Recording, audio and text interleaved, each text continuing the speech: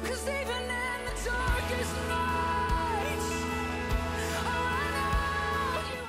Ao que lhe respondeu Ruth: não insistas comigo para que eu te abandones e deixe de te seguir. Pois aonde quer que fores, irei eu.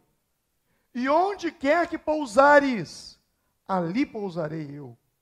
O teu povo é o meu povo, o teu Deus é o meu Deus. Onde quer que morreres, morrerei eu, e aí haverei de ser sepultada. Que o Senhor me castigue como lhe aprouver, se outro motivo que não seja a morte me separe de ti. Amém? Eu vou ler mais uma vez, para ficar bem gravado no nosso coração. Ao que lhe respondeu Ruth: não insista comigo para que te abandones e deixe de seguir-te. Pois aonde quer que fores, irei eu contigo. Onde quer que pousares, ali pousarei eu. O teu povo é o meu povo, o teu Deus é o meu Deus. Onde quer que morreres, morrerei eu, e haverei de ser sepultada. Que o Senhor me castigue como lhe aprouver, se outro motivo que não seja a morte me separar de ti. Feche os seus olhos por um momento. Pai, eu quero te agradecer pela leitura da tua palavra. Eu quero pedir, ó Deus, que o teu Espírito Santo venha sobre as nossas vidas aqui nessa noite e venha falar ao nosso coração. Pai, que o Senhor fale profundamente em nossas vidas e que essa palavra possa provocar, ó Deus, alguma coisa vinda da parte do Senhor dentro de nós.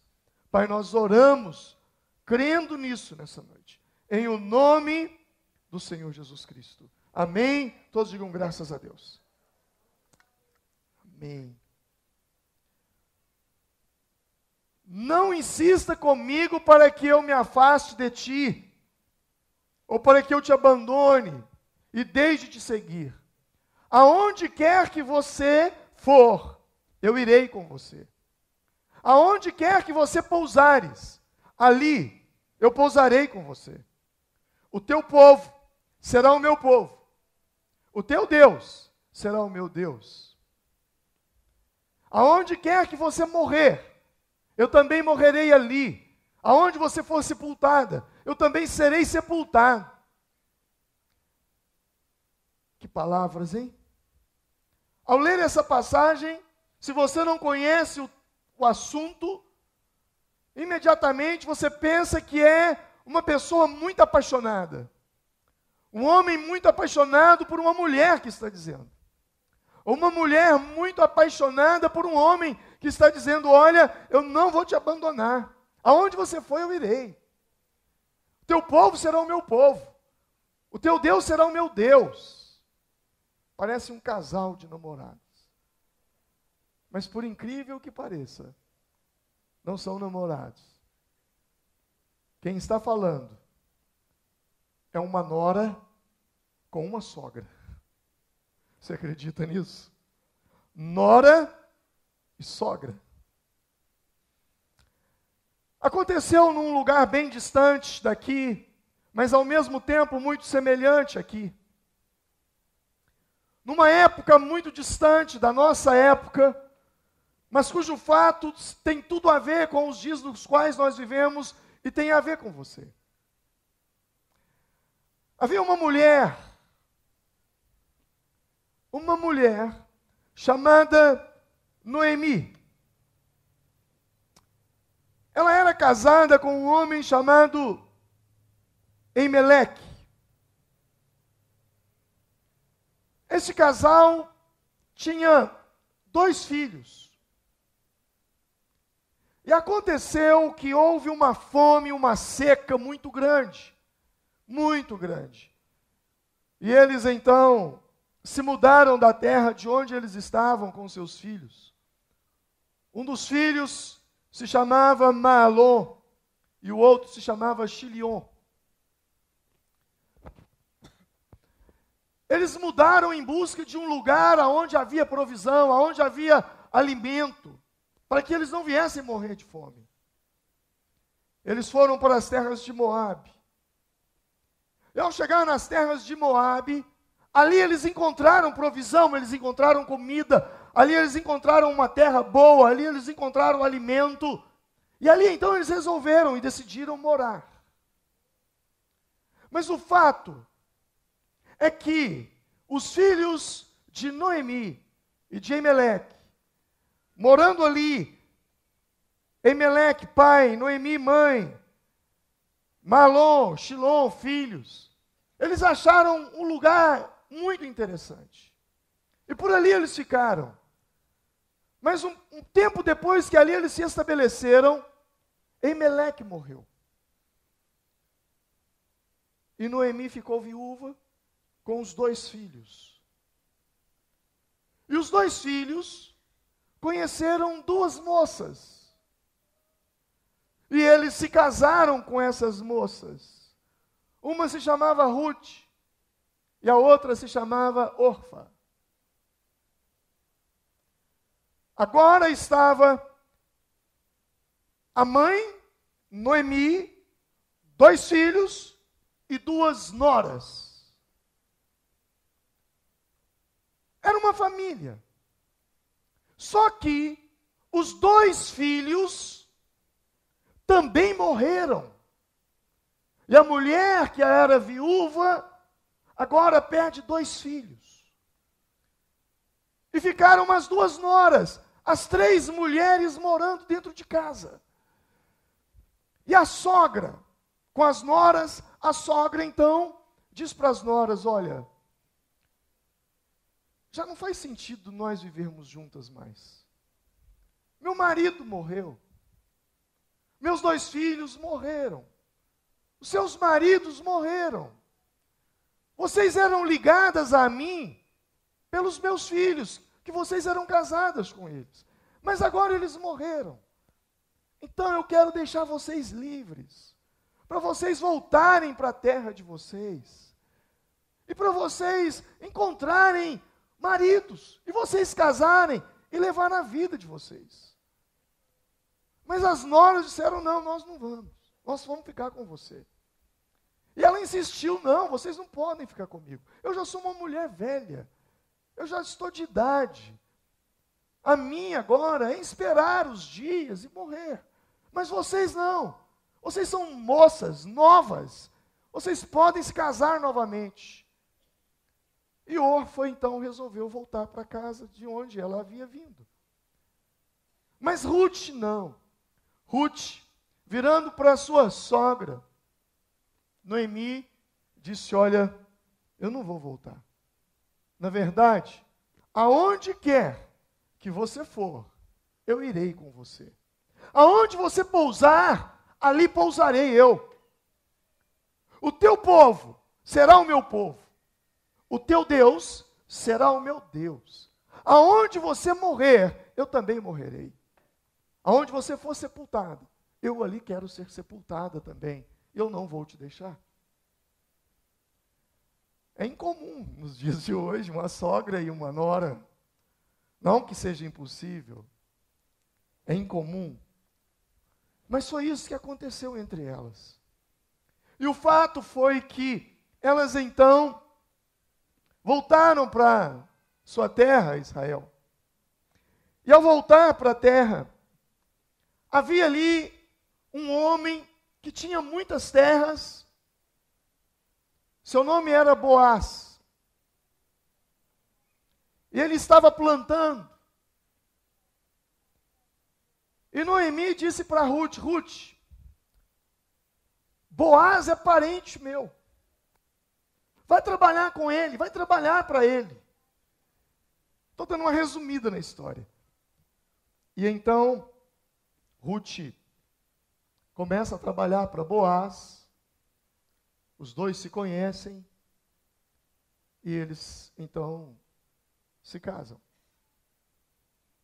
E como ele era parente de Noemi, mas tinha uma situação que havia naqueles dias, era que quando alguém tivesse terras e por alguma circunstância ele viesse a se endividar e vender as terras para um estranho, alguém dentro da família deveria se levantar para comprar as terras. Isso era chamado de o remidor. Era conhecido como o resgatador, ou o libertador, ou em Levíticos, se não me engano, acho que Levíticos 25 vai falar sobre o remidor. Então essa pessoa, ela comprava as terras daquele outro, para não ver o seu parente falindo. Era uma espécie de libertação, porque em alguns casos, quando a pessoa não tinha terra para vender, essa pessoa então se fazia escravo. Nós vimos isso acontecer lá em 2 Reis, quando um dos profetas, um dos discípulos do profeta Eliseu morre, e a viúva agora tinha uma dívida, e os credores vêm para cobrar a dívida, e ela não tinha nada para vender para pagar a dívida.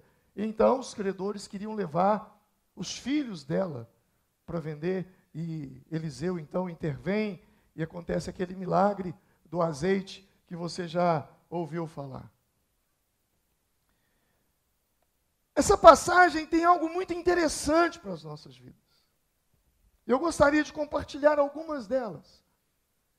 A primeira delas, que eu aprendo nesse texto, não no texto apenas lido, mas no contexto histórico, tanto de Ruth, de tudo aquilo que aconteceu, porque depois Ruth tem um filho, e esse filho, Obed, tem um filho, que é Jessé, e Jessé é pai de Davi. Na linhagem de Ruth, lá na ponta, está Jesus Cristo, filho de Maria.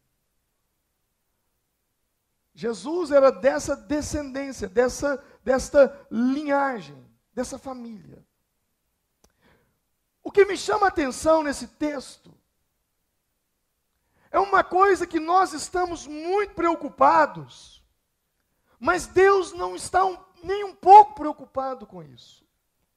Quando nós olhamos para a nossa vida, e nós olhamos para o futuro, para o amanhã, a quem nós nos tornaremos, quem nós seremos, o que faremos, o que a vida nos reserva, quando nós olhamos para frente,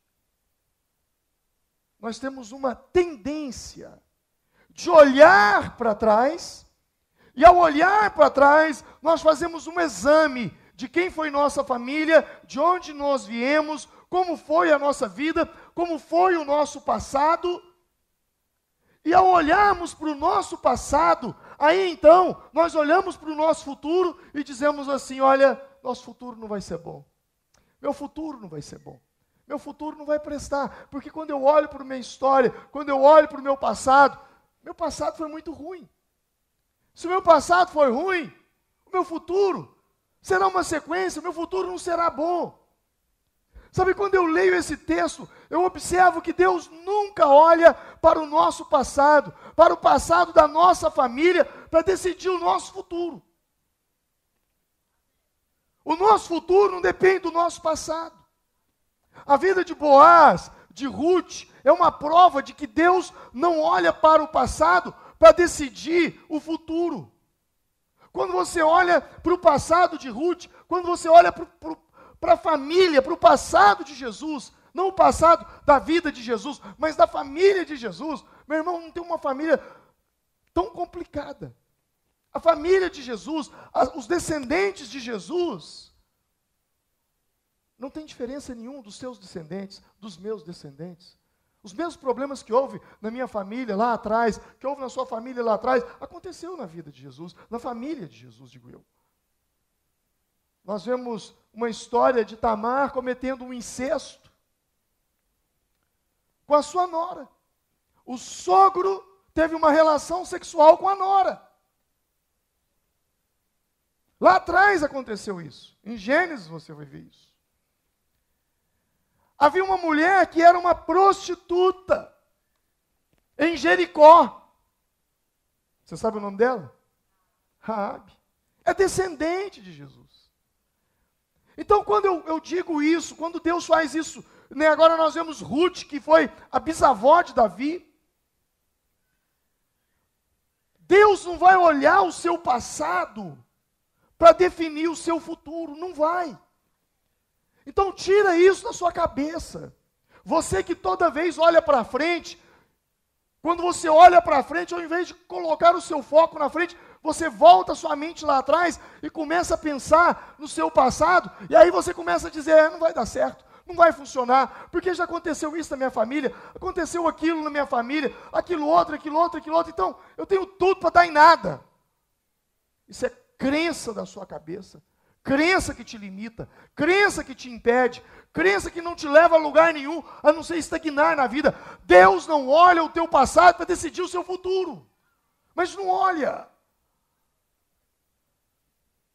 O diabo pode lembrar seu passado, mas Deus vai lembrar seu futuro. Jeremias 29:11, a Bíblia diz assim, porque eu bem sei os pensamentos que tenho de vós, pensamentos de paz e não de mal. 1 Coríntios 2:9 fala do futuro, o nosso futuro, o que os olhos não viram, os ouvidos não ouviram, e nem jamais penetrou o coração do homem, é o que Deus tem preparado para aqueles que o amam. Deus tem um futuro maravilhoso para a sua vida. Se existe algo que mexe, que controla a nossa vida, esse algo se chama futuro. Futuro é algo extremamente importante para a nossa vida. Há pessoas que dizem, pastor, mas você fala muito do futuro. Mas é claro, eu sempre falo do futuro. Por que eu falo do futuro? Porque é para lá que nós vamos. Não adianta eu ficar falando do passado. Por quê? Porque nós não vamos conseguir mudar nada no passado. Não existe nada que você possa fazer em relação àquilo que aconteceu ontem. Já acabou. Passou. Mas você ainda pode mudar o seu destino. Você ainda pode mudar o seu amanhã. O homem, ele é movido pelo futuro. A bem da verdade, quase tudo em nossa vida está voltado para o futuro. Uma criança, ela sonha em ser grande no futuro. Um jovem, uma jovem sonha em ter um bom casamento. O casal, ele sonha em ter estabilidade no casamento. O idoso pensa ter ou viver dias melhores nos seus dias avançados. Tudo na nossa vida gira em torno do futuro. Se você comeu hoje, se come para o futuro. Se trabalha para o futuro. Se estuda para o futuro. Se constrói para o futuro. Se poupa para o futuro. Se planeja para o futuro. Ou seja, o futuro está bem presente nas nossas vidas. O futuro faz parte de nós. Eclesiastes, capítulo 3, versículo 11, diz que Deus plantou no nosso coração a eternidade. Ele fez tudo apropriado ao seu tempo. E também colocou no coração do homem o desejo profundo pela eternidade. Sabe, quando te vem algo de planejar para o futuro, de fazer para o futuro, isso é de Deus na sua vida. Isso é de Deus na sua vida. Deus colocou no seu coração, olha só, um desejo profundo pela eternidade. Contudo, o ser humano não consegue perceber completamente o que Deus realizou. Eclesiastes capítulo 3, versículo 11. Diga comigo, Deus colocou no meu coração um desejo profundo pela eternidade. Quando Ruth fica viúva, ela poderia ter parado ali e começado a olhar para trás. Ah, minha vida, olha o que aconteceu comigo. Eu era tão nova. Onde está Deus? Casei, fiquei viúva. E ali ela poderia falar, olha, quer saber de uma coisa? Acabou minha vida. Minha vida agora acabou. Não tem mais jeito. Ela poderia ter ficado parada no passado. Mas ela diz para a sogra dela, olha, o teu Deus será o meu Deus, é futuro, será. O teu povo será o meu povo, é futuro. Ela começa a focar no futuro. Sabe, pessoas que colocam o teu foco no passado, são pessoas que nunca vão prosperar em nada na vida. Absolutamente nada. Gente que fica vivendo, revivendo e remoendo o passado, é gente que não vai a lugar algum na vida. As pessoas mais infelizes que você conhece, são pessoas que ficam remoendo o passado o tempo todo.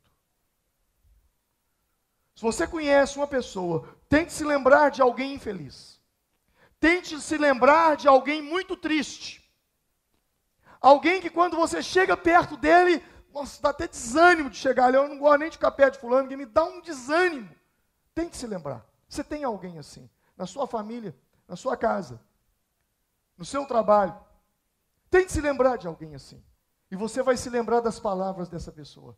Ela só remói coisas do passado. Pessoas que guardam mágoas. Diga comigo, mágoa. Diga mágoa. Mágoa. Eu vou tentar separar essa palavra. Mágoa. Má-água. Você sabia disso? A palavra mágoa.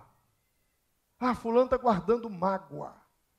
Mágoa vem de má-água.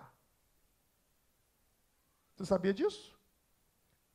E o que é uma má-água? É uma água que fica parada. Os vírus, nós estamos aí, por exemplo, vamos falar um pouco aí do mosquito da dengue e tantos outros aí. Onde é que eles se reproduzem? Em água parada. Mágoa, má-água. Má-água, água parada, tem a tendência de atrair coisas ruins.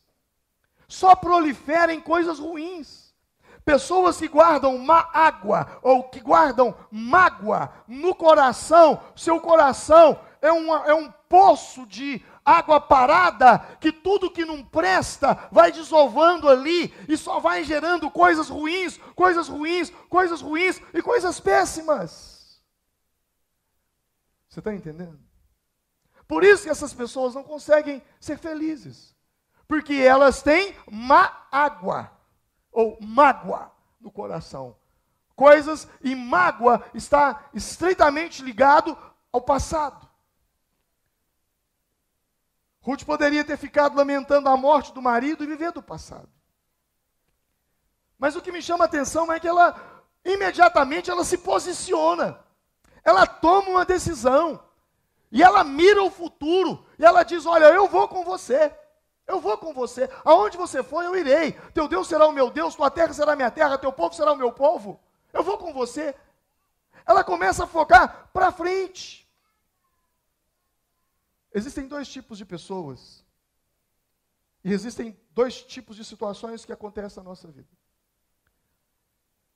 Preste atenção nisso.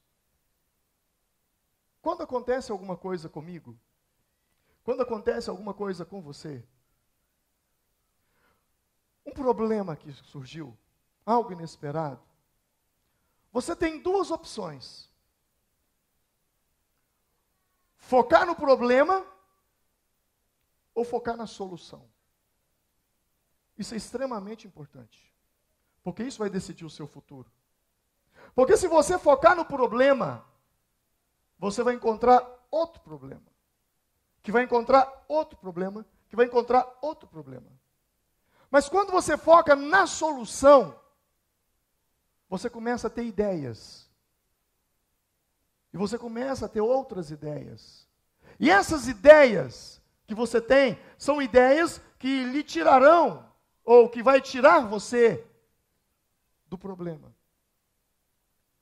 Por exemplo, como é que eu foco no problema? Aconteceu um fato comigo. O que me faz entender que eu estou focado no problema? O tipo de pergunta que eu faço. Por que isso aconteceu? Quando um problema acontece com você, e você faz a pergunta, por que isso aconteceu? O que você encontra? Outro problema. Presta atenção nisso. Por que isso aconteceu? Outro problema. Mas por que esse outro problema aconteceu? Outro problema. Mas quando você tem um problema e você foca na solução perguntando, o que farei para sair dessa situação? Como eu vou conseguir sair dessa situação? Quem já passou por uma situação semelhante à minha e conseguiu sair, para que eu possa olhar para essa pessoa e modelar, ou seja, fazer dela um modelo de como sair de uma situação como a que eu estou hoje? Quando você começa a fazer perguntas que te arrancam do problema e te levam para a solução, a vida começa a tomar um outro sabor, começa a ter uma outra dimensão. E foi justamente isso que aconteceu com Ruth. Ou seja, ela não ficou presa no passado. Tem gente que só conversa coisa de 10 anos atrás. Ela não, ela abandonou os vínculos com o passado porque ela estava focada no futuro. Gente que foca, põe teu foco no passado. Eu não sei se já aconteceu com você, de você andar por uma rua escura, muito escura, muito escura.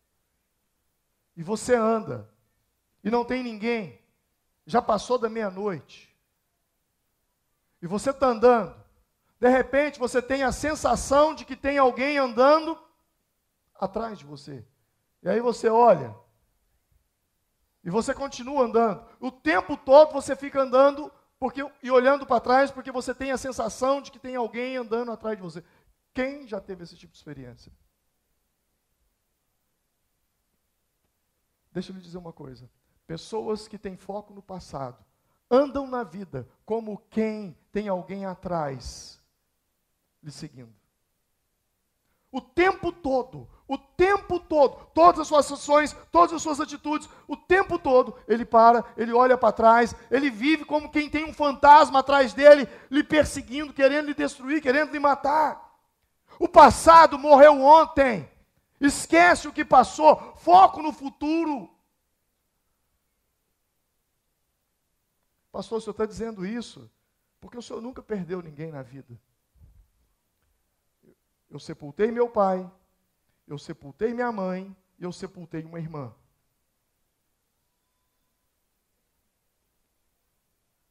Então eu já passei por dores na vida.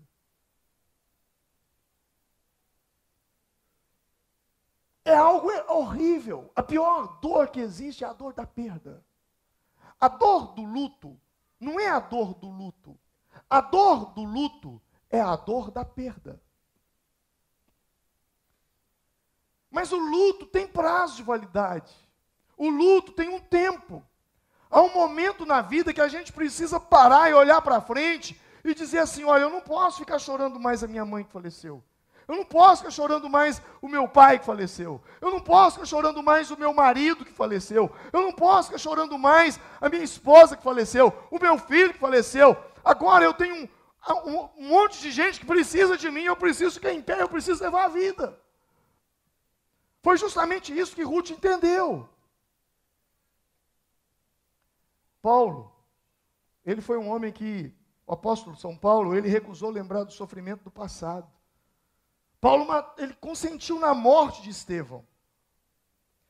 Paulo perseguiu a igreja. Quantas pessoas morreram por causa dele? Homens santos de Deus, mulheres santas de Deus. Ele poderia simplesmente alimentar aquilo no coração dele e falar, eu não sou digno de ser apóstolo, eu não sou digno disso, eu não sou digno daquilo. Mas sabe o que ele disse? Filipenses 3,13. mas uma coisa faço, e é esquecendo-me das coisas que para trás ficam e avançando para as coisas que estão diante de mim, prossigo para o alvo. Irmãos, quanto a mim, não julgo que o haja alcançado, mas uma coisa faço, e é que, esquecendo-me das coisas que atrás ficam, e avançando para as que estão diante de mim. Hoje é que dia? Do mês 11. 11 de fevereiro de 2018. Mas é possível que aqui nessa noite tenha pessoas que não estão no dia 11 de fevereiro de 2018. É possível que exista pessoas aqui que ainda estão vivendo lá em 2016, não mudou de ano ainda. Está lá em 2017, o ano já passou e ele ainda não mudou de ano ainda.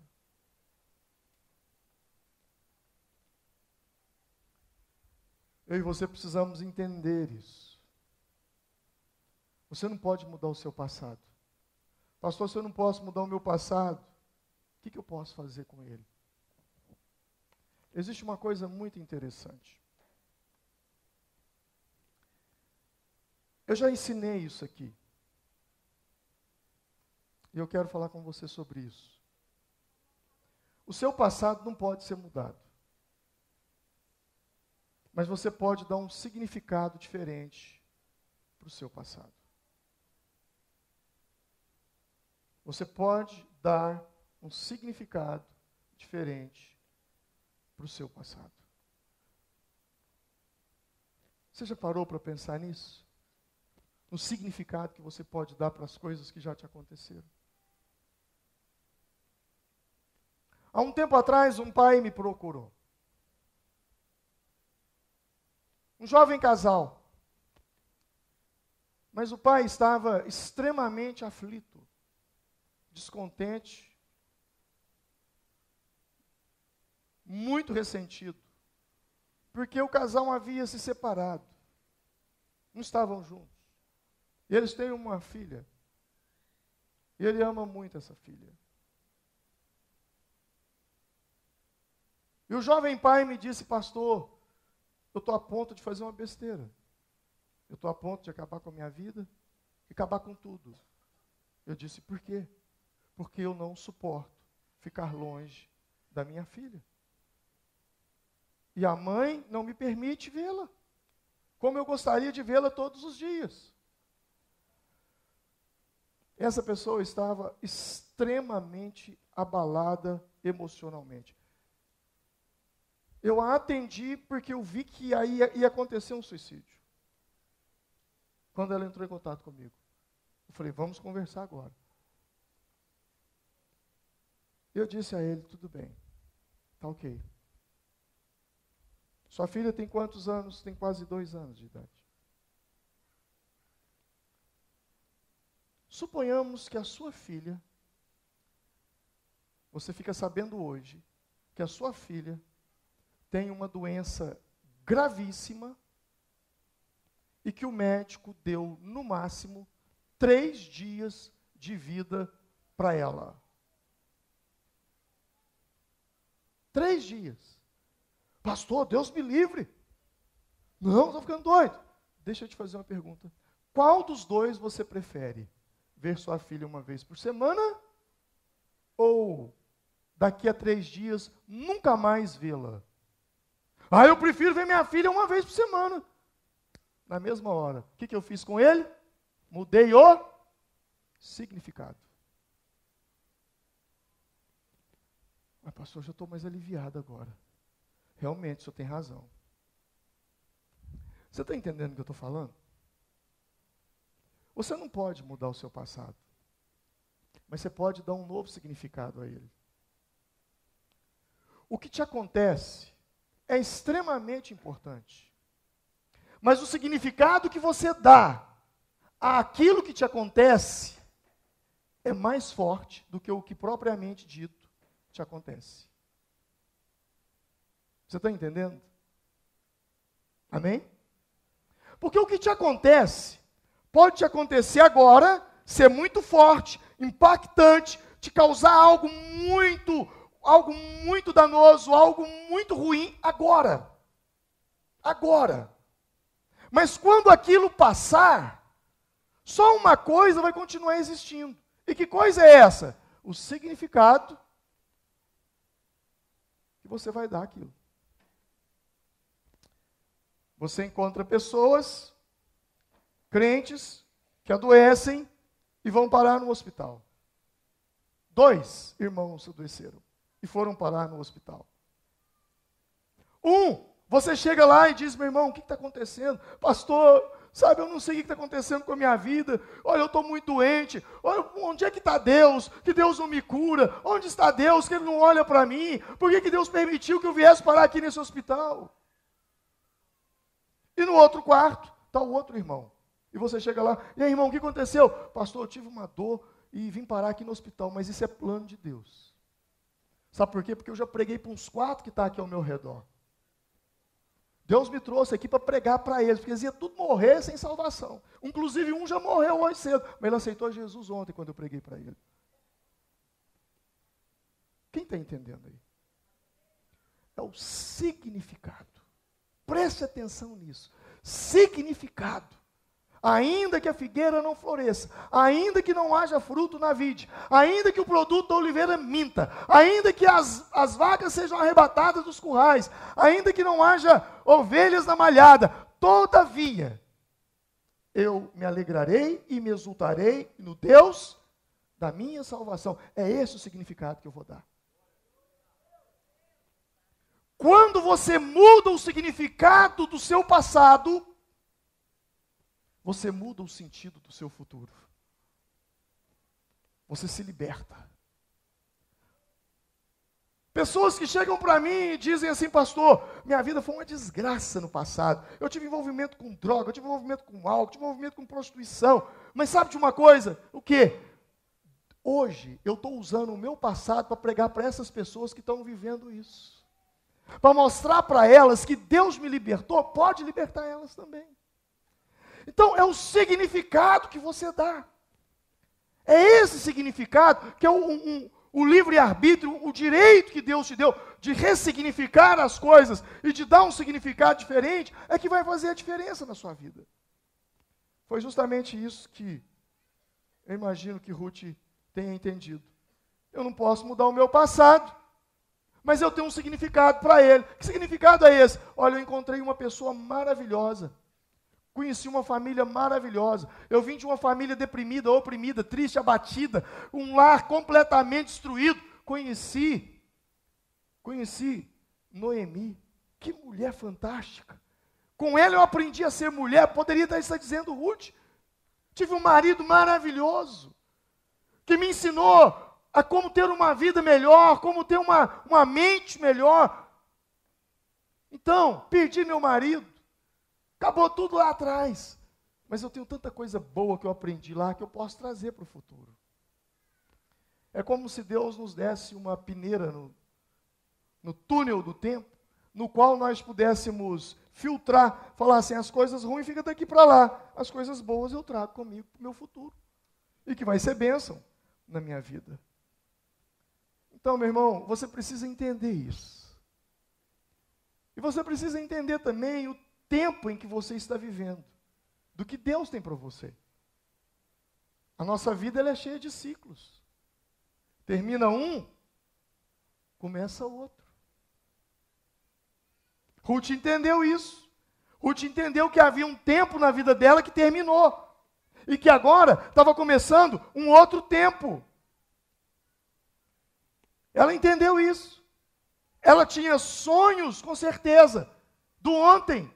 Mas que não deu vida que segue. Se o marido tinha morrido, não tinha como ela trazê-lo para o futuro. Nós precisamos entender que existem ciclos na nossa vida. Ciclos na nossa vida. Enquanto você não fechar a porta do ciclo que passou e meter um cadeado nela e dizer, eu não vou entrar aí mais, você jamais será uma pessoa realizada, abençoada, transformada. Você será uma pessoa machucada, deprimida e com má água dentro de você. Quem está entendendo, diga amém. São essas lições que eu tiro desse texto. E eu e você precisamos entender também que mesmo as pessoas que estão ao nosso redor, mesmo as pessoas que conviveram conosco, existem pessoas que foram legais, que foram boas, que foram gente fina, mas ficaram no ontem. Por exemplo, volte lá na sua escola, lá no primário. Lá na segunda série, na terceira série, na quinta série, na sexta série. Lembre dos seus colegas de escola. Você vai lembrar de pessoas que foram muito amigas suas, muito amigo seu, um grande amigo. Vocês repartiam merenda, jogava futebol, jogava vôlei, brincava. Os anos passou. E essa pessoa hoje não tem nada a ver com a sua vida. Sim ou não? Ficou lá. Está lá atrás. Não queira trazer pessoa do ontem para o hoje. Tem gente que está com você desde lá de trás. E é possível que vai caminhar com você até a morte. Mas tem gente que tem ciclo. E o ciclo acabou. Fechou a porta. Acabou. E você insistir em trazer gente do ontem para o hoje, é o que Abraão fez com Ló. Deus vira para Abraão e falou: Abraão, acabou um tempo. Seu ciclo encerrou. Sai da sua terra, sai do meio da sua casa, sai da sua parentela e vai para a terra que eu te mostrarei. Abraão, ao invés de sair, o que ele faz? Ele leva a parentela com ele. Ele leva Ló com ele. E se você conhece a Bíblia, já leu o livro de Gênesis, você vai observar que desde que Ló e Abraão saíram juntos, Abraão teve muitos problemas. E todos eles por causa de Ló. Briga entre os pastores de Abraão com os pastores de Ló. O sequestro de Abraão, de Ló, que Abraão teve que intervir numa guerra com 318 homens. A destruição de Sodoma e Gomorra, que Abraão teve que interceder, porque Ló estava lá dentro. Isso também acontece na nossa vida. Você não pode levar pessoas do ontem para o futuro. Levar pessoas do ontem para o futuro, sem que elas permaneçam, sem que elas tenham alguma coisa a ver com o seu futuro, é a mesma coisa que colocar vinho novo em odres velhos. Remendo novo em pano velho. Não vai dar certo. Não vai funcionar. Não vai funcionar. Eu termino essa história e essa mensagem te dizendo que quando Ruth resolveu olhar para frente, a vida dela mudou quando ela encontrou com Boaz. Eu gostaria de te desafiar a chegar em casa e ler esse livro, porque é uma história muito interessante, são apenas 4 capítulos, você vai ler numa sentada. Ela não encontrou só Boaz. Ela poderia ter encontrado qualquer outro homem, mas ela encontrou Boaz, que era o remidor, que era o libertador, o resgatador, tanto dela como de Ruth. E a vida dela foi transformada. O que eu quero te dizer é que, como Boaz foi na vida de Ruth, Jesus é na nossa vida. Jesus pega o nosso passado, pega o escrito de dívida que era contra nós, Colossenses 2, e ele rasgou o escrito de dívida que era contra nós, o pregou na cruz e expôs principados e potestades. Jesus colocou o escrito de dívida que era contra nós. O que é um escrito de dívida? Nota promissória. É como se nós estivéssemos assinado uma nota promissória, dizendo para o diabo: eu sou devedor.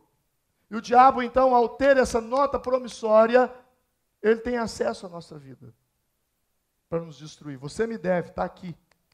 Só que Jesus pegou essa nota promissória e pregou ela na cruz, dizendo: está pago. Está pago. Teu passado não tem poder mais sobre a sua vida. Porque o meu sangue te purifica de todo o pecado. O meu sangue te liberta. O meu sangue te limpa. O meu sangue te lava. E a partir de agora, um novo tempo, uma nova vida eu tenho para você. Amém?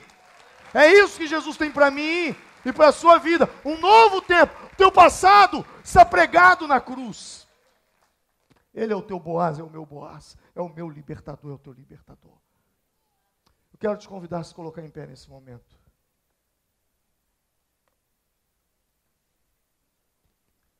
Eu quero orar com você.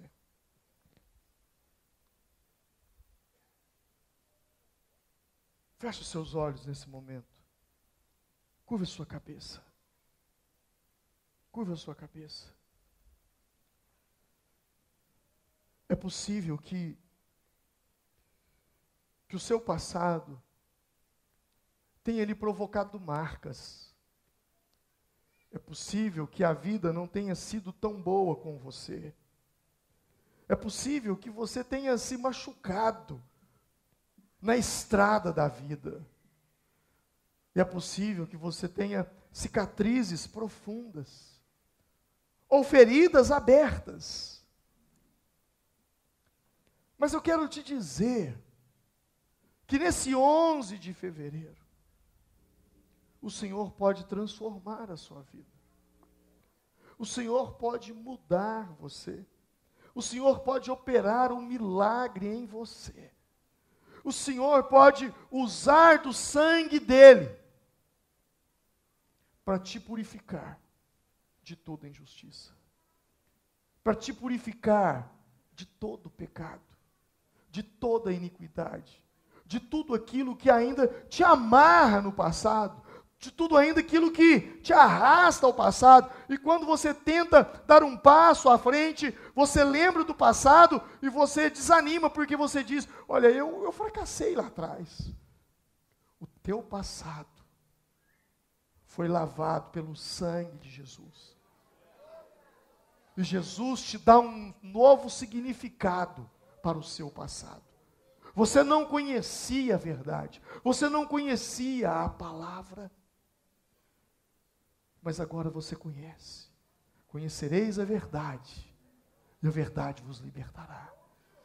Você é liberto, completamente livre do seu passado. O Senhor pode mudar tudo agora. O Senhor pode pegar tudo agora e rasgar e dizer, eis que faço novo todas as coisas.